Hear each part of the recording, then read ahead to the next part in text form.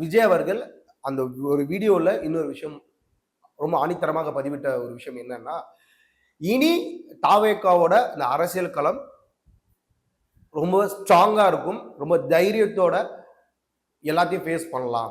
அப்படின்ற மாரி நான் இருக்கேன். கண்டிப்பா இது இன்னும் வேற வேற மாதிரி ஒரு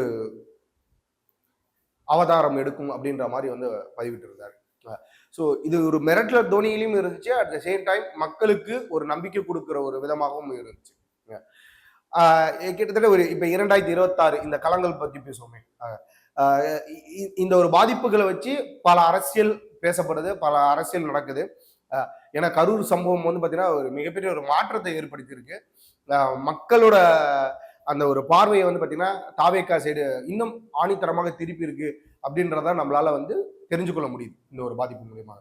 ஏன்னா பாதிக்கப்பட்ட நபர்கள் பெரும்பாலும் வந்து பாத்தீங்கன்னா விஜய் அவர்களை தாக்கி பேசவே இல்லை, விஜய் அவர்களுக்கு ஆதரவாக தான் பேசியிருக்காங்க. இப்ப ரீசெண்டா நம்ம வந்து ஒரு பையனோட வீடியோ கூட நம்ம பாக்குறோம். அந்த அந்த ஒரு கூட்ட நெரிச்சல பாதிக்கப்பட்ட ஒரு பையன், அவரோட தகப்பனாரும் பக்கத்துல இருக்காங்க. அவரிடம் ஒரு கேள்வி கேட்கப்படுது. இந்த மாதிரி பையன் போய் இந்த மாதிரி கூட்ட நெரிச்சல் இதா இருக்காரு, ஒருவேளை நீங்கள் வேலைக்கு போகாம இருந்திருந்தா நீங்க என்ன பண்ணிருப்பீங்க போது அவர் சொன்ன பதில் இன்னும் ஆச்சரியப்படக்கூடிய விஷயமாக இருக்கு. என்னன்னா, ஒருவேளை எனக்கு விஜய் அவர்கள் வர்றது தெரிஞ்சிருந்தா நானும் போயிருந்திருப்பேன் அப்படின்றாரு. இது பல பேர் ஒரு விஷயம் சொல்றாங்க, இது ரசிகர் மேல உள்ள ஒரு நடிகர் மேல உள்ள மோகம், இந்த மோகத்தால மக்களுக்கு இன்னும் ஒரு விழிப்புணர்வு இல்லை அப்படின்ற மாதிரி ஒரு விஷயம் பதிவுறாங்க. பொதுவாகவே என்னோட கேள்வினா, தலைவனை எப்படி உருவாரா? இன்னைக்கு எம்ஜிஆர் அவர்களும் திரைத்துறையிலேருந்து வந்தவங்க தான், ஜெயலலிதா அவர்களும் திரைத்துறையிலேருந்து வந்தவங்க தான். ஓகே, ஸோ கலைஞர் அவர்களும் இதே சினிமா துறையை சார்ந்தவர் தான். இன்னைக்கு எல்லாருமே இன்னைக்கு தலைவராக கொண்டாடப்படுகிற எல்லாருமே வந்து பார்த்தீங்கன்னா இந்த சினிமா பின்புலத்தை வைத்துதான் வந்து மக்களுக்கு அறிமுகமானார்களே தவிர, ஏன் இன்றைய முதலமைச்சர் திரு ஸ்டாலின் அவர்கள் முதற்கொண்டு வந்து பார்த்தீங்கன்னா மக்களுக்கு அறிமுகமானது எப்படி? ஒரு படத்தில் நடித்தது மூலியமா தானே, இந்த திரைத்துறையில் நடித்தது மூலியமா தானே. ஸோ இந்த மாதிரி பதில்கள் வந்து நமக்கு எல்லாருக்குமே இருக்கு இல்லையா?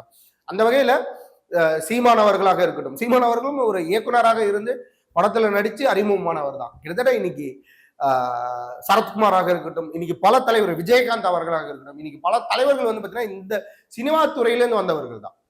அப்படி இருக்கும்போது அவர்களும் நிறைய நன்மைகள் செஞ்சிருக்காங்க. ஸோ அதுல அவர்கள் செய்த நன்மைகளை வந்து நம்மளால கணக்கிட முடியும். ஸோ அந்த வகையில மக்களுக்கு நல்லது பண்ண எந்த துறையிலிருந்து வந்தால் என்ன அப்படின்ற ஒரு கேள்விகள் வந்து மக்கள் சார்ந்து எழுப்பப்படுது. அதையும் நம்மளால உணர முடிகிறது, அந்த கேட்க முடிகிறது பல மீடியாக்கள் மூலியமாக.